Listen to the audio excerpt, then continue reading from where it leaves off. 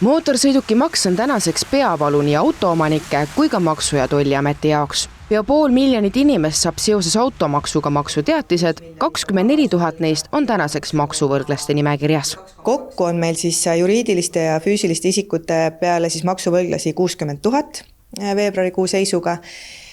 Ja nendest siis 24 000 umbes on mootorsõidukimaksu siis võlglased ja tegelikult on nende hulgas ka circa 11 000 maamaksuvõlglast, et need on mõlemad siis füüsiliste isikute maksukohustused, mis siis on nende võlglaste hulka siis üleval hoidnud ja suurena hoidnud ja nad tõesti annavad siis võlglaste seas tooni. Siinkohal on oluline, et maamaks muutus mitmel pool tänavu sammuti suuremaks. Kui aga rääkida mootorsõidukimaksu ja maamaksu võlglastest, on nende summad iga inimese kohta võrdlemisi väikesed.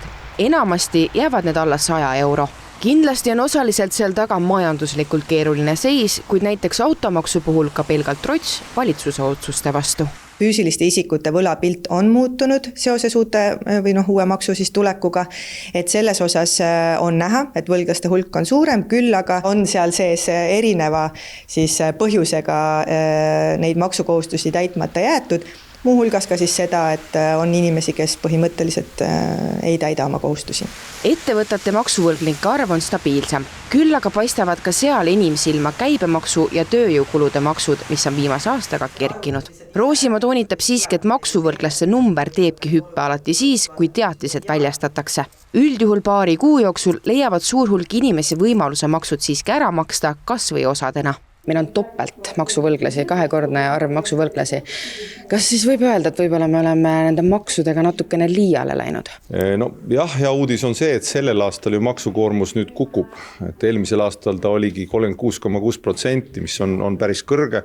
Sellel aastal me jõuame ilusti 35 juurde tagasi, 35,2%, nii et me maksukoormust nüüd vähendame. Peaminister tahaks veel muidugi pikalt jätkata teemal, kuidas Reformierakonna tehtud maksuküüru kaotamine teeb meid kõiki rikkamaks. Kui aga tulla tagasi selle juurde, et inimesed kas ei saa või ei taha automaksu maksta, tõdes Michal, et ehk tuleb olukorrale uuesti otsa vaadata. Kuigi esmane maksuvõlglaste statistika kasv oli ehmatav, on hea meel tõdeda, et vähemalt kodulaenud jaksavad eestlased veel ära maksta.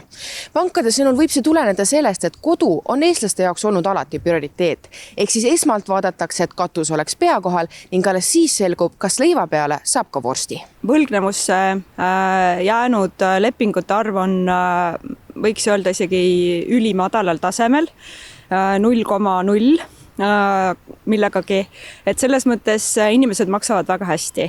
Ja seal võib-olla ongi see, et tõenäoliselt on ka nii, et laenukohustusi eestlane maksab kõigepealt ära ja siis oma sissetulekust vaatab edasi, et kuidas majandada ja teisi väljaminekuid teha. Pankade jaoks on kõige olulisem, et maksetõrgete korral ei peidaks inimesed pead liiva alla, vaid üritaksid koos pangaga leida lahendusi. Kodukallale läheb pank ainult siis, kui midagi muud enam üle ei jää.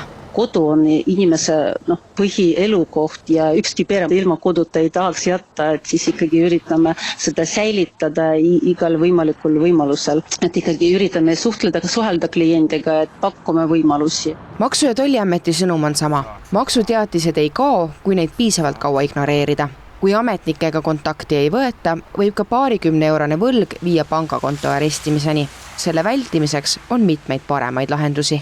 Tuleks võtta meiega ühendust, et kindlasti on võimalus ajatada maksuvõlga, et meie kodulehel on kõik info selle kohta ka kenasti olemas.